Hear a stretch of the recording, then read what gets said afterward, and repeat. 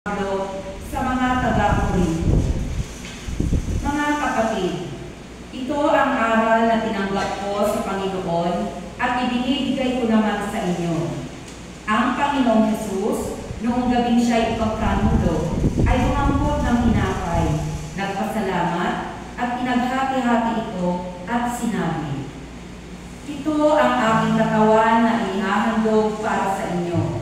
Gawin ninyo ito sa pagpalala sa akin."